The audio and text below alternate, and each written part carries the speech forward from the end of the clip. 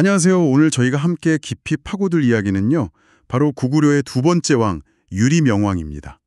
재위 기간이 기원전 19년부터 서기 18년까지니까 고구려 역사의 정말 초창기죠. 네, 맞아요. 주몽이 신하처럼 나라를 세운 직후 그 아들인 유리 왕이 실제로 국가의 틀을 어떻게 잡아나갔는지 볼 수 있는 아주 중요한 시기입니다. 기록에는 유주 혹은 누리라고도 불렸다고 나오죠.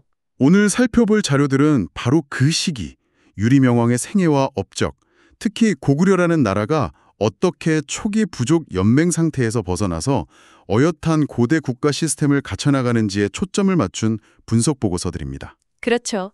단순히 사건 나열이 아니라 그 이면에 있는 정치적인 역학관계나 사회 변화, 이런 것들을 짚어보는 거죠.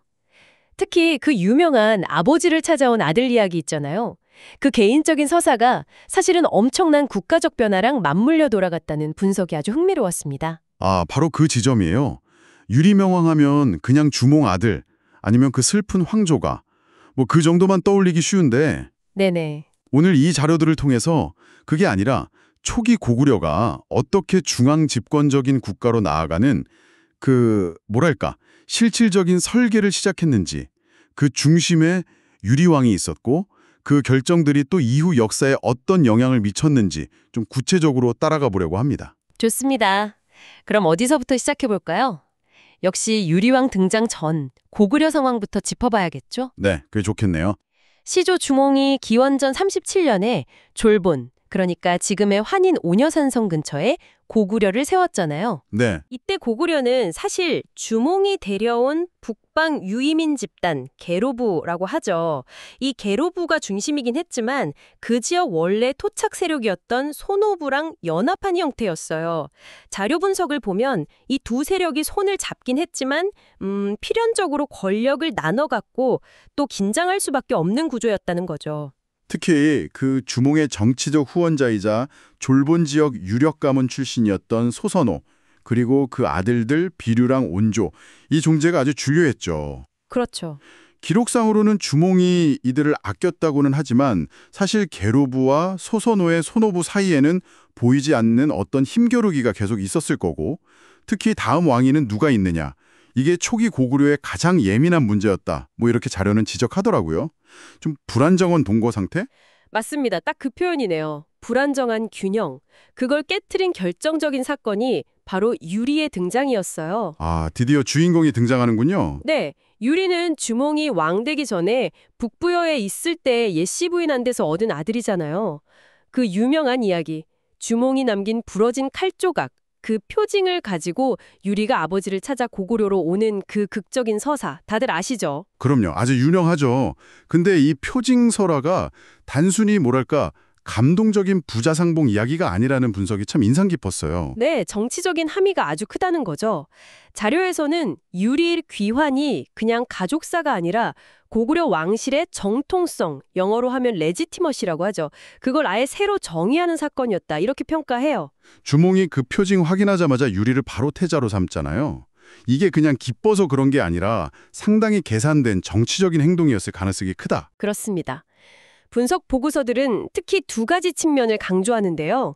첫째는 역시 주몽의 친아들이라는 거죠. 혈연적 정통성. 이건 소선어의 아들들, 그러니까 의부사들하고는 완전히 차별화되는 강력한 명분이었어요.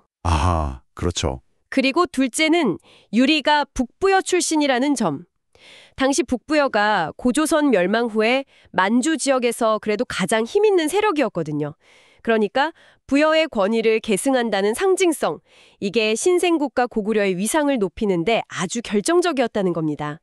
어떻게 보면 유리의 등장이 고구려 왕실의 브랜드 가치를 확 끌어올린 셈이죠. 와, 듣고 보니 그러네요. 유리가 태자가 되고 왕위에 오르는 이 과정 자체가 소선호랑 소노부 쪽 힘을 결정적으로 약화시키고 주몽 측계 혈통이면서 부여랑 연결되는 이 계루부 중심으로 왕권을 확 강화시키는 아주 급격한 방향 전환이었군요. 네. 그러다 보니 기존 세력과의 갈등은 피할 수가 없었겠죠. 그렇죠. 순탄하지만은 않았을 것 같은데요. 필연적이었습니다. 여러 기록들을 종합 분석한 자료를 보면 유리가 왕위에 오른 뒤에 소선호, 비류, 온조, 이 세력의 입지가 급격하게 줄어들어요. 권력이 계루부 쪽으로 확 쏠리면서 기존의 그 권력 분점 구조가 깨져버린 거죠. 네. 자료 중 하나가 그 주몽 때 공신이었던 협부라는 인물에 주목하는데요. 이 사람이 유리 왕한테 직언, 그러니까 쓴소리를 좀 하다가 관직 뺏기고 남쪽으로 도망쳤다는 기록이 있거든요. 아, 그런 기록이 있군요. 이걸 그냥 단순한 의견 충돌로 볼 게 아니라 유리 왕이 왕권 강화를 위해서 구세력에 대해 정치적인 압박, 심지어는 일종의 정치적 숙청을 했을 가능성까지 보여주는 증거로 해석하기도 합니다. 패배나 압박이 소선호랑 비류, 온조가 남쪽으로 내려가는 그 결정으로 이어지는 거고요. 네. 이들의 남하는 고구려 내부적으로 보면 이제 유리왕 중심의 계류부 권력이 완전히 자리를 잡았다. 이걸 의미하는 거고요. 동시에 더 넓게 보면 한반도 전체 역사에서는 한강 유역에 백제라는 새로운 나라가 탄생하는 직접적인 계기가 된 거죠. 그렇죠. 이 부분에 대한 자료 분석이 또 재미있는데요. 그냥 쫓겨났다. 이렇게 단순하게 설명하는 게 아니라 이 남하가 고구려라는 국가의 분열이면서 동시에 새로운 확장의 시작이었다. 이런 이중적인 의미를 부여하더라고요. 그러고 보니 그 남아한 집단 안에서도 비류 쪽이랑 온조 쪽의 성격이 좀 달랐을 수 있다. 이런 분석도 있었어요. 네, 맞아요. 백제 건국 설화를 비교 분석한 자료가 그 점을 지적하는데요. 비류를 시조로 보는 전승은 주몽이나 고구려와의 직접적인 연결고리가 좀 약해요. 오히려 압록강 중류 지역 토착 세력인 비류국이라는 곳과의 연관성을 좀 보여주고요. 아하. 반면에 온조를 시조로 보는 전승은 주몽과의 부자 관계를 분명히 하면서 고구려에서 갈라져 나온 집단이라는 걸 강조하죠. 네. 그래서 이 분석에 따르면 어쩌면 성격이 다른 두 집단? 그러니까 원래 압록강 유역에 있던 토착 세력 일부랑 고구려에서 밀려난 이주민 세력이 같이 남쪽으로 내려와서 한강 유역에서 합쳐졌을 가능성도 있다는 거예요. 초기 백제의 성격이 생각보다 복잡했을 수 있다는 거죠. 와, 이거 정말 흥미로운데요. 결국 유리왕 때 그 치열했던 내부 권력 다툼의 결과가 그냥 고구려 왕위 문제에서 끝나는 게 아니라 이후 수백 년 동안 이어질 고구려와 백제, 이른바 형제 국가 간의 경쟁 구도, 그러니까 삼국시대 지정학의 판을 짜는 그 시작점이 되었다는 거네요. 정확합니다. 유리라는 승계그룹과 비류 온조라는 분리그룹, 이들의 운명이 갈리면서 한반도 역사의 큰 물줄기가 바뀌기 시작한 거죠. 그렇게 내부의 복잡한 정치 문제를 어느 정도 정리하고 나서 유리왕은 이제 국가의 물리적인 중심, 이걸 다시 세우는 아주 과감한 결정을 내립니다. 바로 수도를 옮기는 거였죠. 네, 천도, 서기 3년, 그러니까 제위 22년째 되던 해에 수도를 졸본에서 국내성으로 옮깁니다. 졸본은 아무래도 산성 중심이니까 방어에는 좋았겠지만 나라가 커지면서 행정이나 경제, 농업 활동에는 좀 한계가 명확했다고 하죠. 그렇죠. 반면에 새로운 수도 국내성, 지금 중국 지반시 일대로 추정되는 곳인데 여긴 압록강을 끼고 넓은 평야지대니까 여러 면에서 훨씬 유리했고요. 네, 그런데 이 천도를 그냥 단순한 이사 정도로 생각하면 안 됩니다. 분석 보고서들은 이 천도에 담긴 강력한 정치적 의도를 강조해요. 정치적 의도요? 네, 수도 이전이라는 게 엄청난 인력과 자원이 들어가는 국가적인 프로젝트잖아요. 강력한 왕권 없이는 불가능한 일이죠. 유리왕은 이 천도를 통해서 졸본 지역에 기반을 둔 소노부 같은 토착 귀족 세력의 영향력에서 벗어나려고 했던 거예요. 자신을 중심으로 한 계루부 왕권과 새로운 지배 질서를 확립하려는 목적, 그러니까 지배층의 근거지를 아예 물리적으로 옮겨버림으로써 권력 구조를 재편하려는 효과를 노린 거죠. 실제로 그 고고학 발굴 자료 분석에서도 그런 점이 좀 보인다고 하던데요. 국내성 초기 유적에서 나오는 토기나 유물 양식이 졸본 지역 것과는 좀 다르되 보다 표준화되고 중앙의 통제가 좀 들어간 듯한 특징을 보인다는 해석이 있더라고요. 맞습니다. 그게 아주 유력한 해석이에요.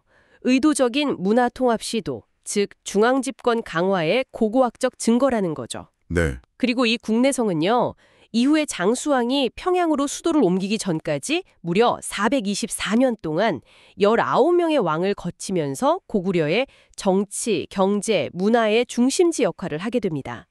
졸본 시대가 고구려 역사의 서막이었다면 국내성 시대는 이제 고구려가 동북아시아의 강대국으로 성장하고 발전하는 본편에 해당하는 거죠.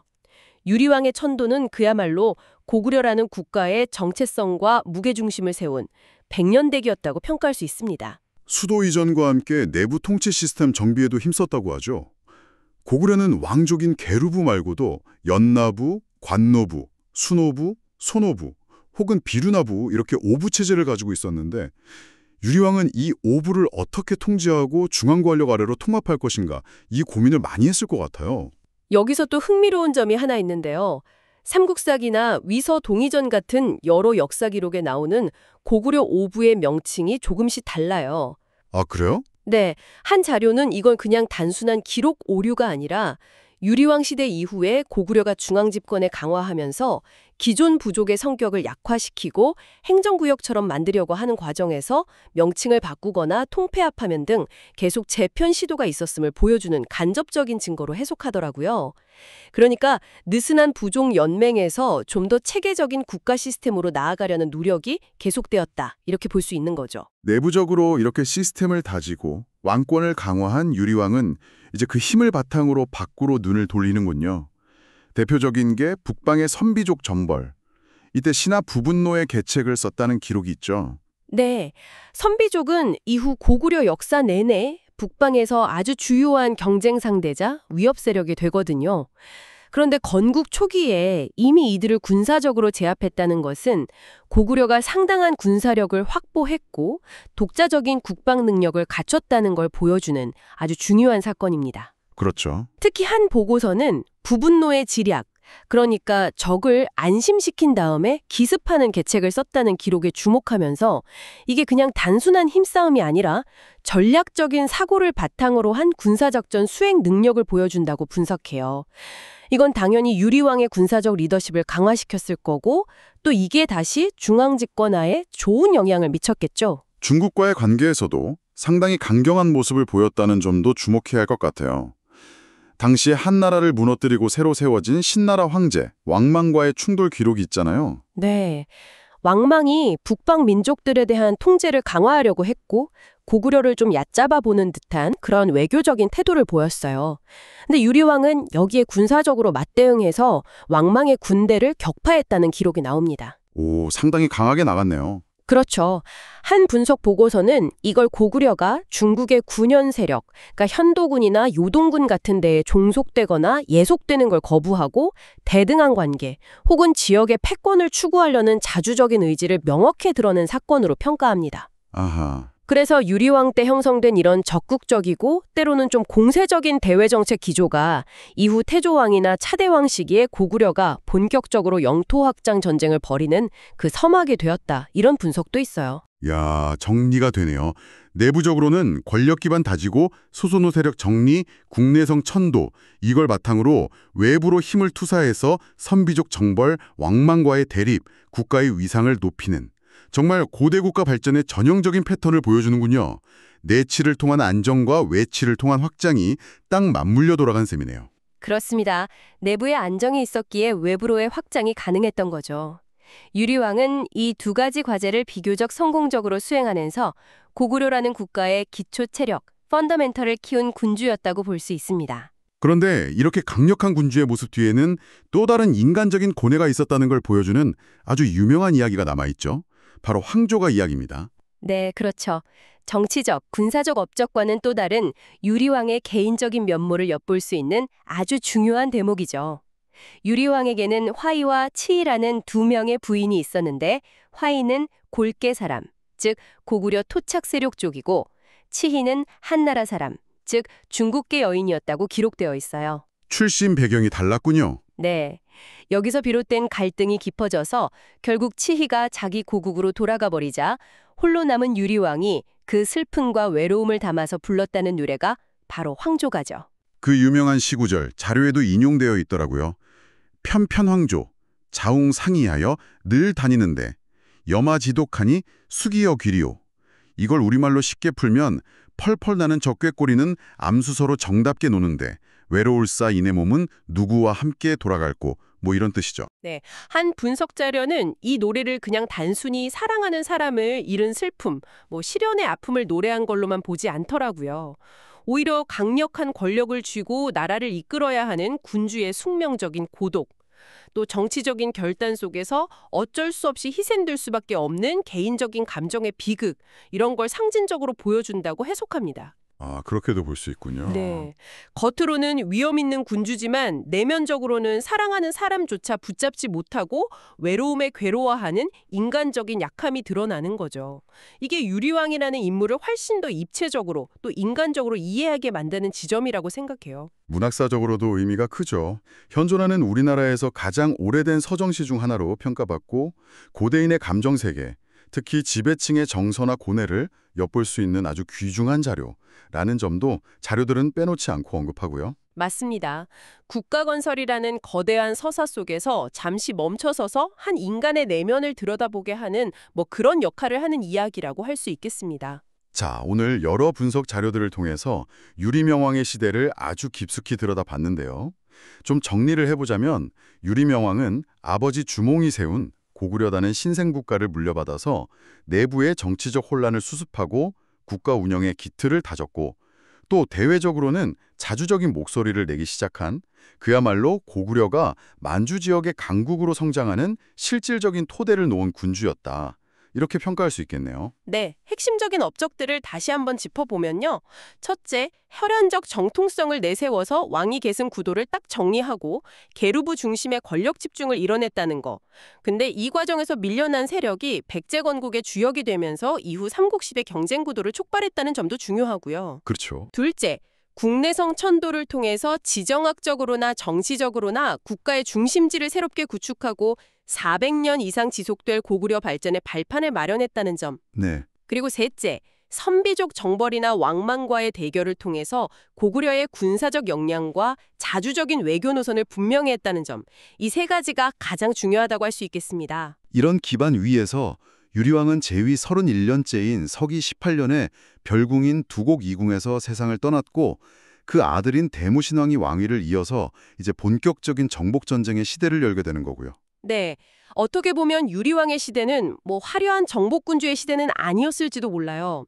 하지만 고구려라는 거대한 건축물에 주춧돌을 놓고 뼈대를 세운 시기였다는 점에서 그 중요성은 아무리 강조해도 지나치지 않다. 이게 오늘 살펴본 자료들의 공통된 시각인 것 같습니다. 오늘 유리명왕 이야기를 통해서 고구려 초기 국가 형성기의 그 역동적인 모습을 아주 생생하게 느낄 수 있었던 것 같습니다. 마지막으로 청취자 여러분께 이런 질문을 한번 던져보면서 마무리하고 싶네요. 네, 오늘 분석 자료들이 보여주듯이 유리왕이 확립한 그 계루부 중심의 강력한 중앙집권 체제, 이게 이후 고구려 발전의 강력한 추진력이 된 건 분명한데 혹시 장기적으로는 어떤 내부적인 경직성이나 또 다른 문제점을 낳지는 않았을까요? 좋은 질문이네요. 또는 고구려와 백제의 광제는 단순히 유리왕 시대의 그 권력투쟁에서 갈라져 나온 정치적 경쟁, 이걸로만 설명될 수 있을까요? 아니면 오늘 자료에서 잠시 봤던 비류와 온조설화의 차이처럼 그 이전에 이미 존재했던 어떤 문화적 혹은 정체성의 차이가 분열과 경쟁을 더 심화시킨 좀 더 근본적인 요인은 아니었을까요? 네, 그런 점들도 생각해 볼 수 있겠네요. 이런 질문들을 한번 곱씹어 보시는 것도 오늘 이야기를 더 깊이 이해하시는 데 도움이 되지 않을까 싶습니다.